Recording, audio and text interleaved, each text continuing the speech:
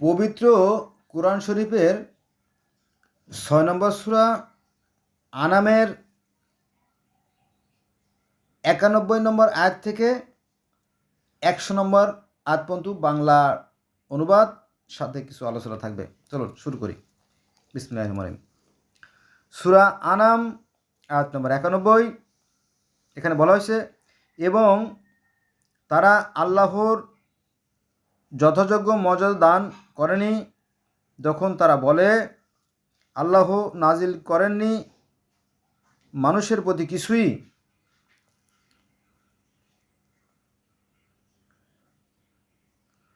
বন্ধুরা, এই যে ভালো একটা কথা চলে আসছে,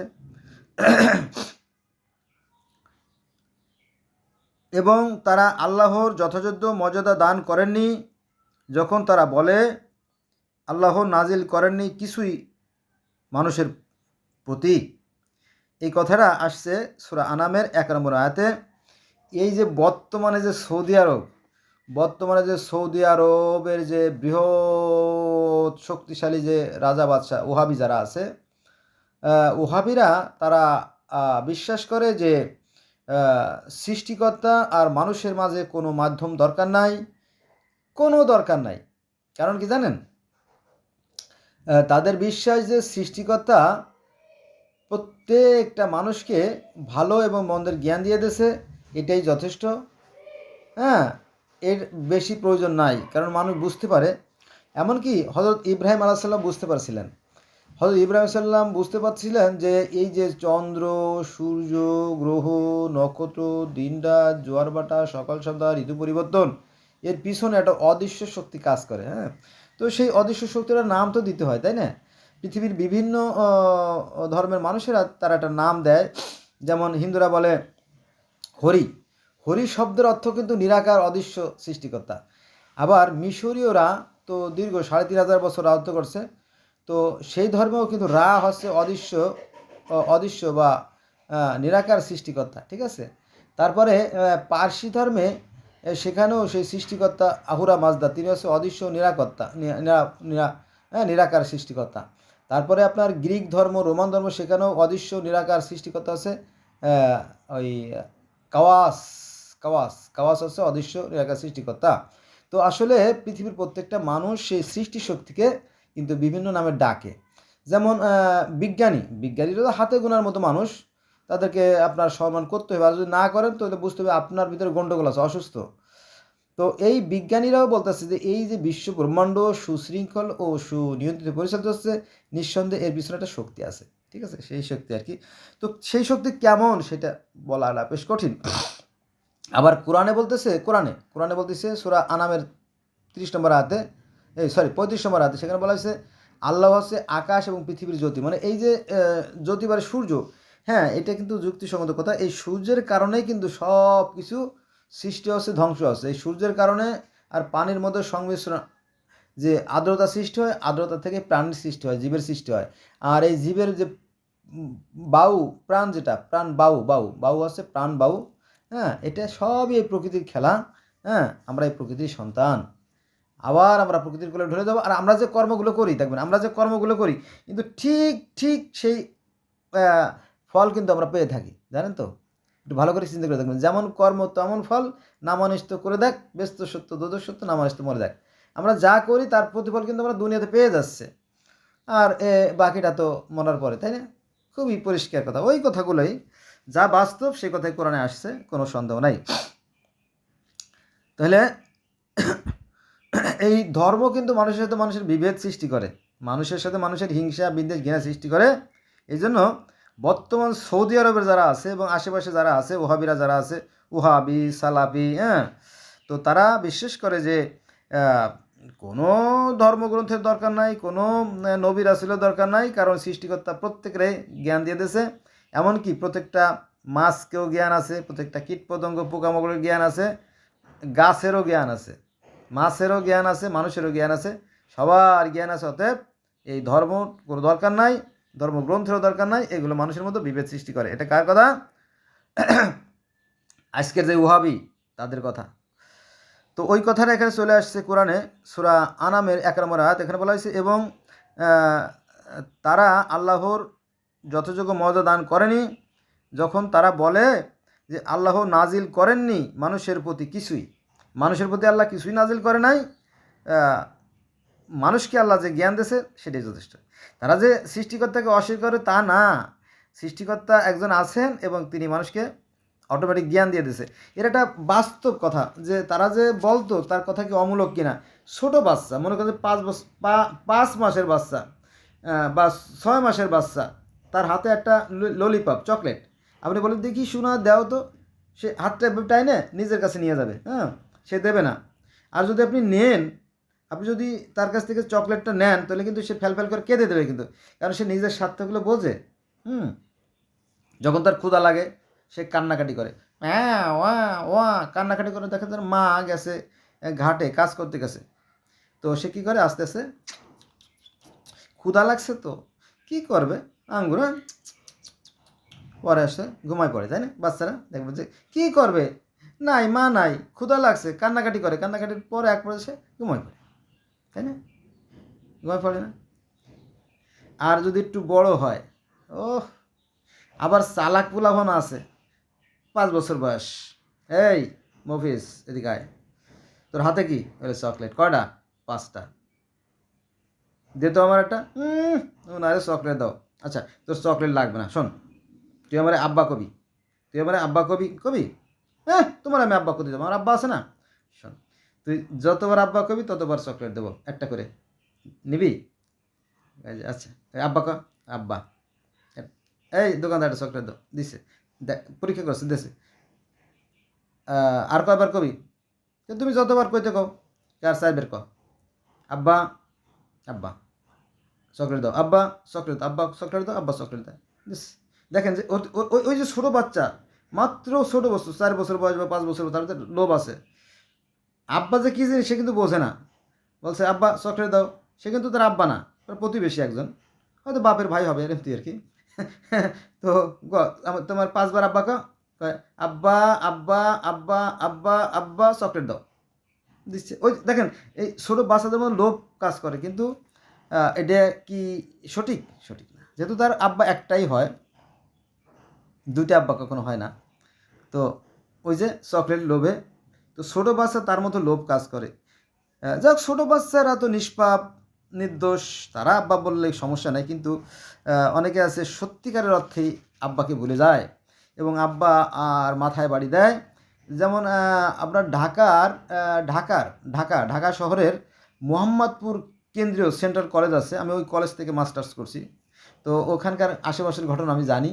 ওখানে মোহাম্মদ কেন্দ্রীয় কলেজের পিছনে একটা বাড়িতে, আমি নাম্বারটা ঠিকানাটা বলবো না, তো ওই বাড়িতে ওরা হলো 5 ভাই, ওরা 5 ভাই, 5 ভাইয়ের মধ্যে এক ভাই একটু ট্যালেন্ট, ও করছে কি, ওই বাবারে ঘুমের ওষুধ খাওয়াইছে বা ঘুমানো অবস্থায় টিপসই দিয়ে ওই একটা দলিল বানায় নিয়েছে, যেহেতু বাপরে ঘুমের ওষুধ খাওয়াইছে শরবতের সাথে, বাপ ঘুমাই রয়েছে, পরে হাতের কালি মোছছে, কিন্তু ভালো করে মোছে নাই, একটু কালি আছে বোঝা যায়। তো এই বিষয়টা জেনে গেছে অন্য ভাইরা, জানা গেছে, এখন তো ভাইদের মধ্যে গন্ডগোল পরে ওই শালারা তো মারবে বা একটা কিছু ঘটনা ঘটাবে আর কি, বা মামলা মকদ্দ হয়, ভাইদের মধ্যে অশান্তি সৃষ্টি হয়ে যাবে, ঠিক আছে, এগুলো করবেন না আর কি। দেখ, এই লোভের কোনো কিছু ভালো না। ওই ছোটো বাচ্চা চকলেট লেগে আব্বা বলছে ওরে দোষ নাই, কিন্তু এই যে দলিল 5 ভাইয়ের মধ্যে এক ভাই সমস্ত সম্পত্তি বাপে নিয়ে এনেছে, এইটা কিন্তু গন্ডগোল, এর পরিণতি ভালো হবে না, এদেরকে আল্লাহ ক্ষমা করবেন। চলেন অন্য কথায় যাই, অনেক খুচরো আলাপ করে ফেললাম।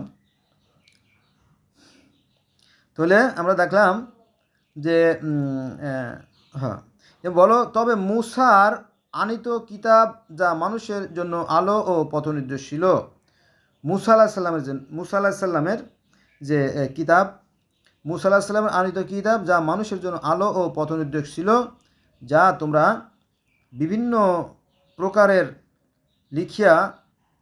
বন্ধুরা এইখানে একটা জিনিস খেয়াল করবেন, আমি যে এই কোরআন শরীফের যে অনুবাদগুলো বলে যাচ্ছি, একটা জিনিস খেয়াল করবেন, যে দেখবেন যে ওই তাওরাত, জব্বুর, ইনজিলের যে কাহিনীগুলো, সেই কাহিনীগুলো এই কোরআনের মধ্যে ঢুকে গেছে। এই যে মুসা, এই মুসা আলাইহিস সালাম আবার কারা? এটা হচ্ছে ইহুদিদের নবী মোজেস, এরই খ্রিস্টানদের নবী মোজেস, আর আমরা বলি মুসা। এইভাবে দেখবেন অসংখ্য ঘটনা, সমস্ত ঘটনাই তাওরাতের ঘটনা, বাইবেলের ঘটনা কিন্তু কোরআনে চলে আসছে আর কি। তো এখানে বলা হয়েছে যে তবে মূসার আনিত কিতাব যা মানুষের জন্য আলো ও পথ নির্দেশক ছিল, যা তোমরা বিভিন্ন প্রকার লিখিয়া কিছু প্রকাশ করো ও অনেকাংশ গোপন রাখো, এবং যা তোমাদের পিতৃপুরুষ ও তোমরা জানো না তাও শেখানো হয়েছিল, তা কে করেছিল? বলো, আল্লাহই করেছিল। পরে তাদের নিরর্থক আলোচনার উপর খেয়াল মগ্ন। সূরা আনামের ৯২ নম্বর আয়াত, আমার মনে হয় এই আয়াতটা খুব গুরুত্বপূর্ণ। আমি যেহেতু রেড কালার দিয়ে লিখে রাখছি, সেটা হচ্ছে যে এখানে কী বলা হয়েছে, এই কোরআন, সূরা আনামের ১ নম্বর আয়াতে বলা হয়েছে এই কোরআন কিতাব কল্যাণময় করে অবতরণ করেছি। এই কোরআন বা এই কিতাবকে আমি কল্যাণময় করে অবতরণ করেছি, যা ওর পূর্বেকার কিতাবের সমর্থক। এই যে কোরআন শরীফ, আমার হাতে কোরআন শরীফ আছে,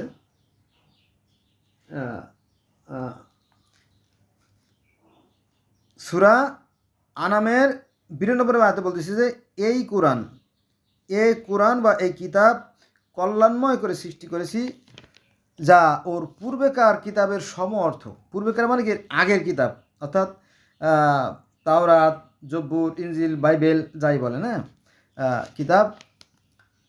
এমনকি কোরআনে যে সমস্ত বিষয়গুলো আছে তা বেদেও আছে, কিন্তু সেটা সম্মিলিত করা হয় নাই, বা তার কথা কেন আসে না আমি জানি না। সেটা আলোচনা করলে বোধহয় সিক্রেট আউট হয়ে যেত। যদি আপনারা আমার সাথে থাকেন তাহলে জানতে পারবেন আর কি। সমস্ত কিতাব কিন্তু একই। আচ্ছা, যা ওর পূর্বেকার কিতাবের সমর্থক এবং যা দিয়ে তুমি মক্কা ও পার্শ্ববর্তী এলাকায় সতর্ক করো। আমি এই আয়াতটা আবার আপনাদেরকে পড়ে শোনাবো। সূরা আনামের ৯২ নম্বর আয়াত, এখানে খুব গুরুত্বপূর্ণ আয়াত। এই কোরআন বা কিতাব কল্যাণময় করে অবতরণ করেছি, যা ওর পূর্বেকার কিতাবের সমর্থক এবং যা দিয়ে তুমি মক্কা ও তার পার্শ্ববর্তী লোকদের সতর্ক করো। নবী মুহাম্মদ সাল্লাল্লাহু আলাইহি ওয়াসাল্লামকে বলা হয়েছে যে তুমি এই কোরআনকে দিয়ে তুমি মক্কা ও তার আশেপাশের অর্থাৎ মদিনার লোকদেরকে সতর্ক করো, কারণ তোমাকে আমি শুধুমাত্র আরব ভাষাভাষীর জন্য পাঠিয়েছি। নবী মুহাম্মদ সাল্লাল্লাহু আলাইহি ওয়াসাল্লাম কিন্তু আরব ভাষাভাষীদের জন্য, কিন্তু এটাকে আমাদের আলেমরা বিকৃত করে উল্টোপাল্টা করে ফেলে। যাও, যারা পরকালে বিশ্বাস করে তারা তাদের বিশ্বাস করে এবং তারা তাদের নামাজের হেফাজত করে। নামাজ শব্দের অর্থ আসলে স্মরণ। নামাজ শব্দের অর্থ হচ্ছে সৃষ্টিকর্তাকে স্মরণ করা, বুঝছেন? এটা আপনি এই স্মরণটা ২৪ ঘন্টা করাটাই উত্তম। ২৪ ঘন্টা যদি আপনার ভিতরে আল্লাহর ভীরুতা থাকে, তাহলে আপনার দ্বারা আর কোনো অন্যায় কাজ হবে না। আর অন্যায় কাজ না করলে কি, ভালো কাজ করবেন আর ভালো কাজের ফল তো ভালোই হবে, তাই না? আপনি নিশ্চিত জান্নাত, ইহকালেও জান্নাতের জ্ঞান পাবেন, পরকালেও জান্নাত পাবেন। আর অপকর্ম করলে কিন্তু লাভ নাই। আচ্ছা, এবার আমি আলোচনা করব সূরা আনামের ৩ নম্বর আয়াতে। আর তার সে অত্যাচারীকে, তার সাথে বড় অত্যাচারের কে হতে পারে, এটা প্রশ্নবোধক চিহ্ন আছে।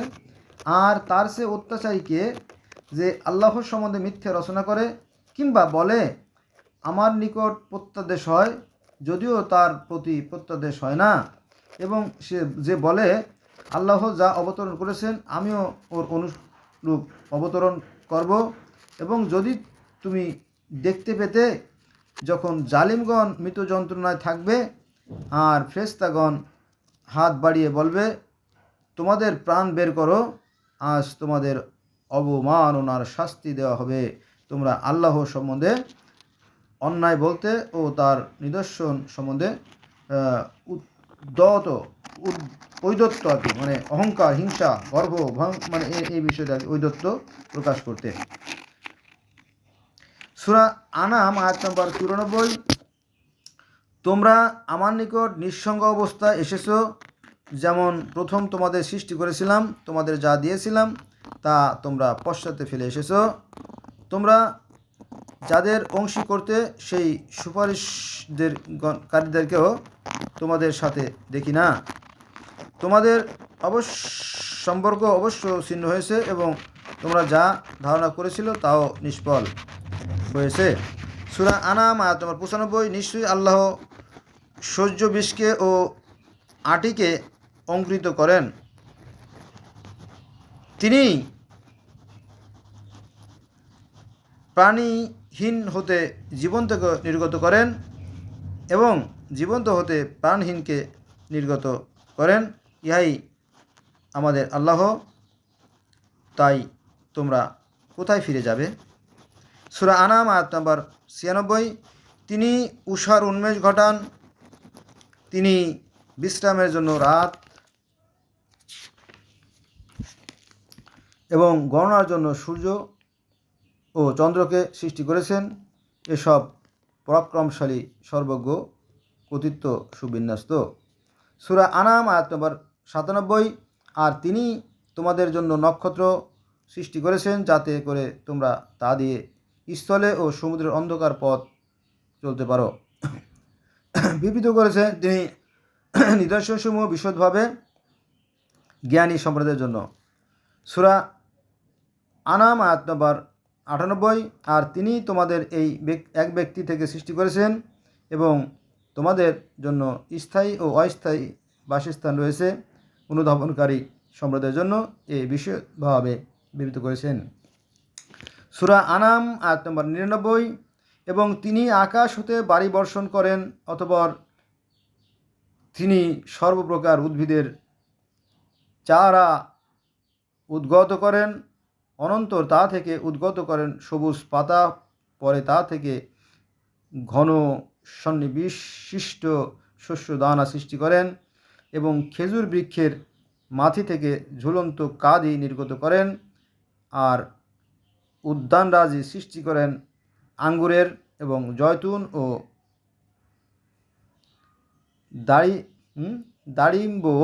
দাড়িম্ব কী ফল আমি জানি না, এত আরব অঞ্চলে হয়তো দাড়িম্ব কোনো ফল আছে আর কি, যা একে অন্যের সদৃশ্য এবং বিসদৃশ্য। যখন উহা ফলবান হয় এবং ফলগুলো পরিপক্ক হয় তখন সেগুলোর প্রতি লক্ষ্য করো, নিশ্চয়ই এগুলো বিশ্বাসী সম্প্রদায়ের জন্য নিদর্শন রয়েছে। সূরা আনামের ১০০ নম্বর আয়াত। এবং তারা অর্থাৎ জিনকে আল্লাহর শরীক করে, অথচ তিনি ওদের সৃষ্টি করেছেন এবং আল্লাহর প্রতি পুত্র কন্যা আরোপ করে। ওরা অজ্ঞাতবশত, তিনি মহিমান্বিত, ওরা যা বলে তিনি তার ঊর্ধ্বে। এই হলো অনেক হয়ে গেছে, ১৭ মিনিট হয়ে গেছে। বন্ধুরা, আপনারা যা বোঝার বোঝেন। আমি আসি, আমার জন্য দোয়া করবেন আর কি, আর ভুল ত্রুটি ক্ষমা করবেন।